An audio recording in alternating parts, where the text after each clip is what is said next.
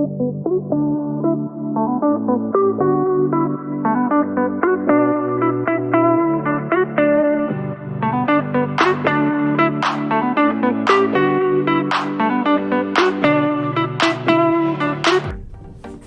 everyone, welcome to Gravy Flips again, where we flip free furniture and video games and collectibles to try to make some profit. Here's what we got in store for things that sold yesterday. We started off by selling a normal, it's like a 6-cube blade shelf. I normally get those for free or close to it. Sold that for $25, left it out and someone came in the house, picked it up.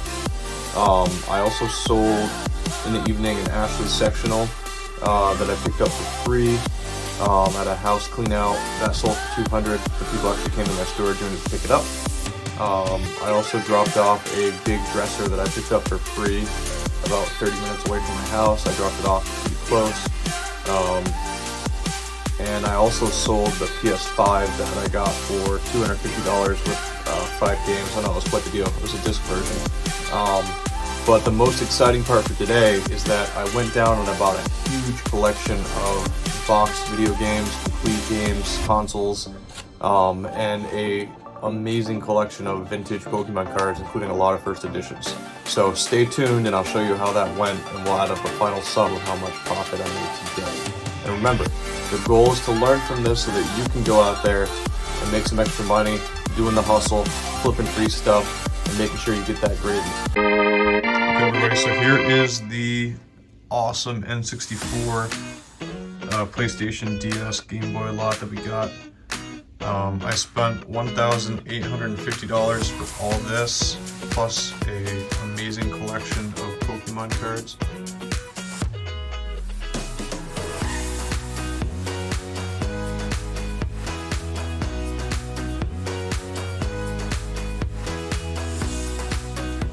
As you can see, these games were very well taken care of. They all came in the collection with a protector case. You can see this Mario Party game is really well taken care of. I was most excited to see this here. This is a complete in the box Smash Bros. The box is in pretty good condition, pretty well kept in shape. You see that $14.99 sticker on there? That's crazy. When I first saw the collection, it was posted on Facebook. I thought this, because the picture was kind of bad, I thought from a distance that this was a complete in box Zelda Collector's Edition, so I was like thinking it was like $300 in value, but when you look closer, it's really just a rental box, because here they used to rent N64 games locally. Another really cool find was this complete in the box Pokemon Yellow Edition Game Boy Color. Price charting says it goes for about $600. I saw a post on eBay, the sold listings that went for pretty close to $1,000. It's a pretty ridiculous find, but I am going to keep this for my personal collection. I have a Nintendo Select version, but I think actually a couple of these games I'm going to keep. Unfortunately, it has a hole up there, but you know, with these games, condition is everything. And I did want to point out this really awesome Nintendo 64, the Fantastic Ice Blue. Looks like it's in really good condition. And another cool find was this Golden Edition Nintendo DS. Still had the original price tag on it and everything, but it's also in really good condition. It's a DS Lite edition. Pretty cool. Okay, and for all my fans out there collecting and reselling Pokemon cards, essentially I paid $650 for this collection. The total price I gave you, the $1,850, was for the video games and the Pokemon cards. So essentially, I price charted the video games and it said it was worth close to around $2,400. There was a lot of accessories that I didn't add up and a bunch of miscellaneous DS games. But so $2,400 plus whatever the value in here is. Roughly, I would say the value here is about $1,000. This Charizard is in flawless condition. This one as well. There's a first edition Dark Blastoise that goes for like 100, and this one is Shadowless. I'm actually surprised to see that these Erica's Venusaurs are worth so much. But so those 9 cards bring us to about $3,400 in value with video games. Let's open up this, and you can see the rest of the collection that we got. I'm pretty excited by the value. Just a bunch of, stacked up cards. First edition Dark Charmeleon. There's a first edition Misty's Gyarados, which is worth about $100 to $150 depending on the condition. A Shadowless Ivysaur, Shadowless Charmeleon, and Charmander. So that brings us to about $3,500. Here's 2 first edition cards: Holo Dark Raichu, Shadowless Holo Poliwrath, another Misty's Gyarados. So I'd say this is another 100 or so, being conservative, so there's $3,600. And then here's a first edition Holo Giovanni's Persian. All these are Holo, Shadowless Hitmonchan. So there's another $100 and $150 here. So that brings us to around $3,750. And here's some more Holos. Holo, first edition, base set Holo, Shadowless Holo. Is that Shadowless? No. First edition Holo, first edition Nidoran, Shadowless Nidoking. So there's another probably $200 on this page, being conservative, because so that brings us to close to $4,000. These 3 are Holo, another Venusaur, so there's another 80.